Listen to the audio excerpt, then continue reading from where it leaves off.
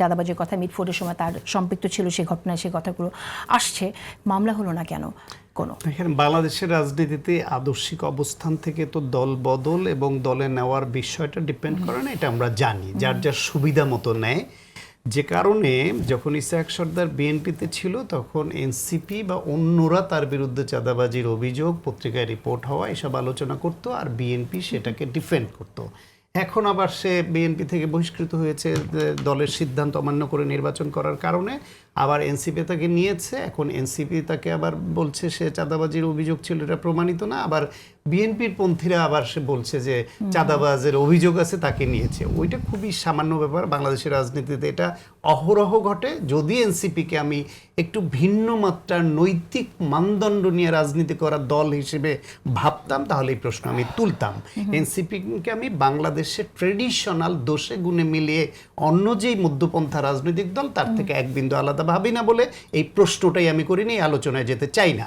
বরং যে কথাটা উঠেছে এর আগে, ফয়সালের একটা কথা আমার ভালো লেগেছে, যে তারা এই বাড়াবাড়িটা পছন্দ করে না, যে কারো বিরুদ্ধে কোনো দুর্নীতি বা কোনো রকম এইসব অভিযোগ উঠলেই তার পদত্যাগ করাতে হবে, তাকে সরিয়ে দিতে হবে। নিশ্চয়ই আমরা দেখব যে ভবিষ্যতে এই সরকারের কোনো মন্ত্রী, নেতা বা কারো বিরুদ্ধে দুর্নীতি বা বিভিন্ন বিষয়ে যে অভিযোগ ওঠে, সেই অভিযোগের প্রমাণ না হওয়া পর্যন্ত এনসিপি কারো পদত্যাগ দাবি করবে না। এই স্ট্যান্ডটা আমরা দেখব। এটা অন্তত ফয়সালের মুখ থেকে আজকে আমরা জানলাম, এবং আজকের এই রিপোর্টটা থাকবে যে অভিযোগ ওঠা সাপেক্ষে তারা কারো পদত্যাগ দাবি করবেন না, তো সেটা চূড়ান্তভাবে প্রমাণিত না হওয়া পর্যন্ত। বরং আগের বিষয়টা আসি। দেখেন, এই ঘুরে ফিরে এখন কি, যে আগের সরকার কেন দিয়েছে তারা জবাব দিবে। ঘুষ যে দেয় আর ঘুষ যে নেয় দুজনেই সমান অপরাধী। তো যে দিয়েছে তার দায় শুধু, যে নিয়েছে তার দায় নাই। ঘুষের থেকেও খারাপ দুর্নীতি, অন্যায়। দ্বিতীয় কথা যেটা আমরা মনে করতাম, যে একটা আদর্শিক অবস্থান থেকে সম্ভবত সংস্কারের জন্য এনসিপি এবং তাদের ছাত্র সংগঠন বৈছা এরা হ্যাঁ ভোটের পক্ষে প্রচারণা করছে, কিন্তু এর পেছনে যে টাকার খেলা ছিল এটা কিন্তু আমরা আগে জানতাম না। এখন আমরা দেখলাম যে এই তরুণরা আদর্শিক কারণে নয়, তারা টাকার প্রলোভনে, টাকা পেয়ে টাকার বিনিময়ে প্রচারণা করেছে।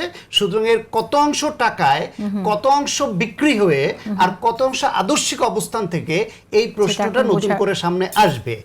তৃতীয় যেই প্রশ্নটি, সেটা হলো নেপালে যখন তরুণদের নির্বাচনে তরুণদের জয় জয়কার, তখন বাংলাদেশে অনেকেই প্রশ্নটা করেছেন যে নেপালের তরুণরা পারলো, বাংলাদেশে তরুণদের দল পারলো না কেন?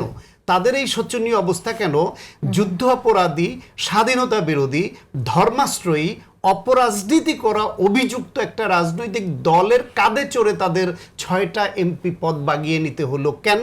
কেন তারা নেপালের মতো নিজেদের কোয়ালিটি দিয়ে পরিবর্তনের অঙ্গীকার ব্যক্ত করে মানুষের সমর্থন আদায় করে পারল না?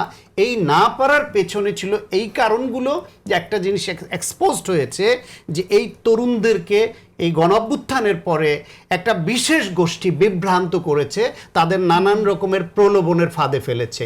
সরকারি টাকা দিয়েছে, ব্যবসায়ী টাকা দিয়েছে, রাজনৈতিক দলের টাকা দিয়ে তাদের মাথা খারাপ করে দিয়েছে।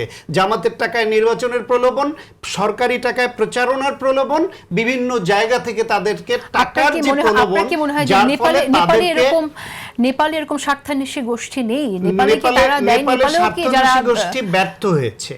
ওই যে বললাম যে গ্রহীতার যে দাতা দুইজনেই অপরাধী।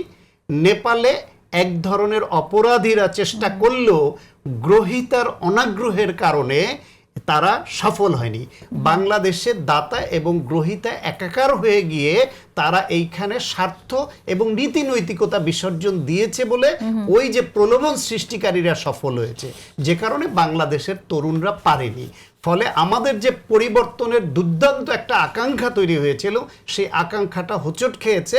এবং এক পর্যায়ে গিয়ে তারা যখন ওই যে গুলশানের এক নারীর কাছ থেকে সার্জিসের যে টাকা চাওয়ার অডিও ফাঁস হয়েছিল না, তার বিরুদ্ধে কিন্তু কোনো ব্যবস্থা হয়নি। এমনকি এদের অনেক নেতার বিরুদ্ধে যে দুর্নীতির অভিযোগ উঠেছে, চাঁদাবাজির অভিযোগ উঠেছে, যদিও এরা চাঁদা বলে না, বিএনপি করলেও এটাকে চাঁদা বলে, এদেরটাকে ডোনেশন নামে ডাকে, যেমন জামাতেরটাকে হাদিয়া নামে ডাকে। সুতরাং এই কারবারে জড়িত হওয়ার কারণে তারা মানুষের বিশ্বাসযোগ্যতা হারিয়েছে। সেইখানে এরা যদি নৈতিকভাবে যে অবস্থান নিয়ে, যে দৃঢ়তা নিয়ে মৃত্যুর মুখে দাঁড়িয়ে গণঅভ্যুত্থানে নেতৃত্ব দিয়েছিল সেইখানে থাকতো, তাহলে আমরা এখন যে বাংলাদেশ পরিবর্তনের যে আকাঙ্ক্ষা, এটা আরো বেগবান হতে পারত। আমি তাদের উপর অনেক ভরসা করতে চেয়েছিলাম, কিন্তু তাদের ক্রমাগত এই যে নৈতিক স্খলন, তাদের যে দোদুল্যমানতা, তাদের যে লোভ, তাদের যে অন্যের কাছে বিকিয়ে যাওয়া, এইসব আমাদের হোঁচট খাইয়ে দিয়েছে বলেই আমরা এদের কাছ থেকে যে মায়া এবং ভালোবাসাটা ছিল সেটাকে প্রত্যাহার করে নিতে বাধ্য হয়েছি।